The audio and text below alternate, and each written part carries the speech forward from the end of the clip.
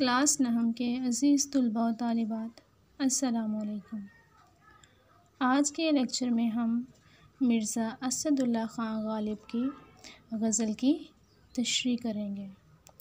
तो तुलबा व तालिबात, तशरीह से पहले बढ़ते हैं इस मश्क के मुश्किल अल्फाज के मायने की जानिब।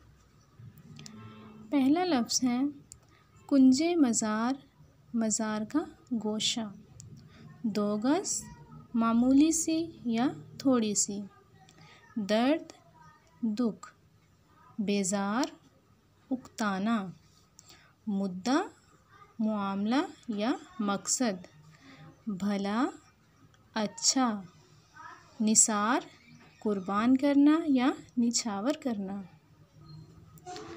बदनसीब, बदकिस्मत, नादान, मासूम या नासमझ, मुश्ताक, शौकीन, माजरा, किस्सा, वफ़ा, खुलूस या मोहब्बत, दरवेश, मंगता या फ़कीर।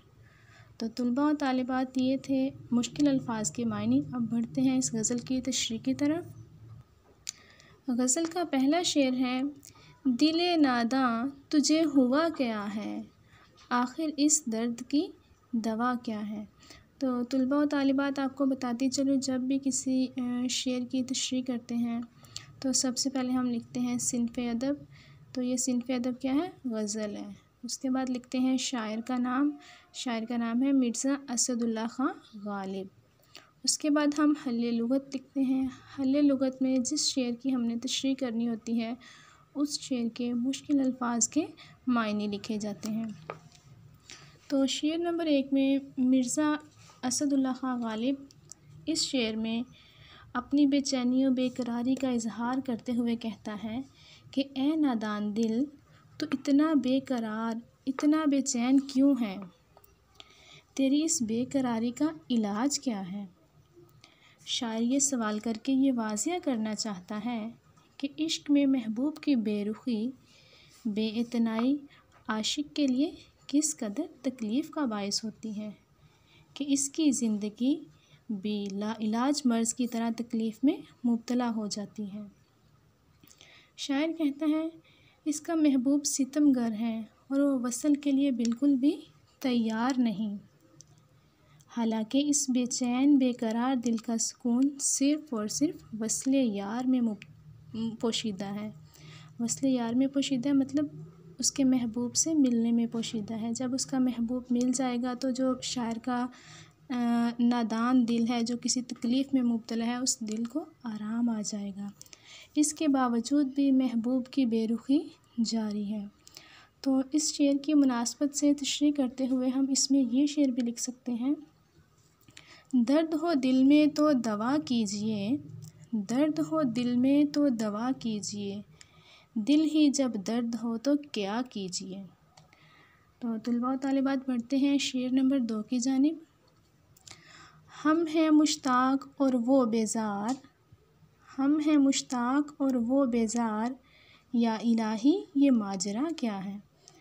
तो ये जो शेर नंबर 2 है गज़ल के, इस शेर में शायर अपने महबूब की बेरुखी का और बेइतनाई का गिला करते हुए कहता है कि मेरे लिए ज़िंदगी में सबसे अहम और अफसल ज़ात मेरे महबूब की है और इसी की खुशी में मैं ज़िंदगी के तमाम मुश्किल लम्हात गुजारने का ख्वाहिशमंद हूँ। शायर चाहता है कि मेरी ज़िंदगी के जितने भी मुश्किल लम्हात हैं वो मेरे महबूब के साथ गुज़रें, चाहे वो लम्हात खुशी के हों या गम के। लेकिन मेरा महबूब मेरी इन अदाओं और ख्वाहिशात की कदर नहीं करता। शायर का जो महबूब है वो बेरुखी का मुज़ाहिरा करता है। तो शायर अल्लाह ताला से मुखातिब होकर कहता है, ए अल्लाह, ये क्या माजरा है? मेरी समझ में नहीं आता कि मेरा महबूब मुझसे कैसे राज़ी होगा। मैं उसकी खुशनुदी हासिल करने की कोशिश करता हूँ, लेकिन मेरा महबूब इसकी कदर करने की बजाय मुझसे बेजारी का इजहार करता दिखाई देता है। तो तुलबा व तालिबात, इसमें भी हम शेर की मुनासबत से ये शेर लिख सकते हैं, उल्फत का मज़ा जब है कि हों वो भी बेकरार, उल्फत का मज़ा जब है कि हों वो भी बेकरार, दोनों तरफ है आग बराबर लगी हुई। तो बढ़ते हैं शेर नंबर 3 की जानिब। शेर नंबर 3 है, मैं भी मुंह में ज़ुबान रखता हूँ, काश पूछो कि मुद्दा क्या है। तो ये जो शेर नंबर 3 है, इसमें शायर अपने महबूब से गिला करते हुए कहता है कि मैं भी तेरी नगरी में तेरी तवज्जो का मुंतज़िर हूँ। शायर कहता है कि मैं भी तुम्हारे ही इलाके में, तुम्हारी ही नगरी में रहता हूँ और मैं भी तुम्हारी ही तवज्जो का मुंतज़िर हूँ कि तुम मेरी तरफ भी तवज्जो करो। तेरी महफ़िल में मेरा वजूद भी है, मेरी ये ख्वाहिश थी कि तू मेरा हाल अहवाल भी दरियाफ़्त करेगा। मेरे मुँह में भी ज़ुबान मौजूद है, मैं इसका इस्तेमाल भी भरपूर जानता हूँ। तो ये जो शेर है, इसमें शायर कहता है कि मेरे मुंह में भी ज़ुबान है और मैं जानता हूँ कि मैंने इस ज़ुबान को कैसे इस्तेमाल करना है।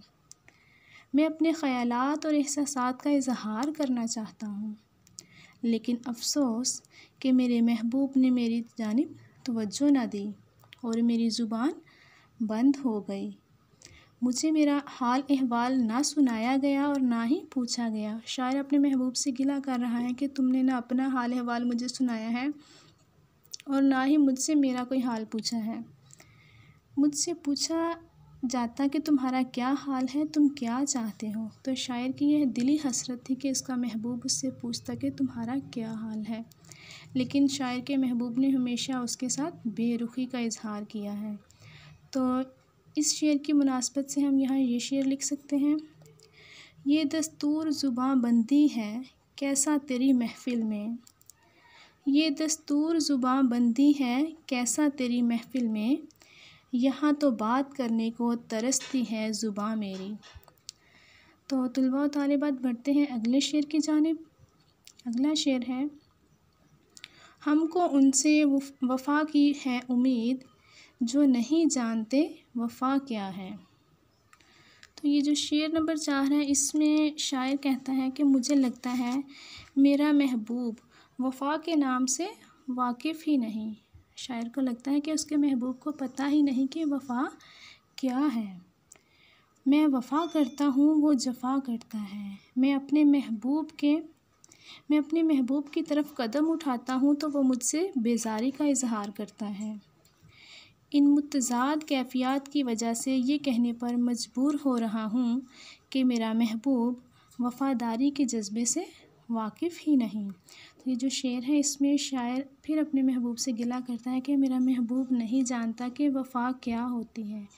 शायर कहता है कि जब भी मैं उससे बात करता हूँ वो मुझसे बेतनाई बेरुखी का इज़हार करता है। मुझे तो लगता है कि मेरे महबूब को पता ही नहीं कि वफ़ा क्या है। तो शायर कहता है, ऐसे महबूब से वफ़ा की तवक्को रखना फ़जूल है।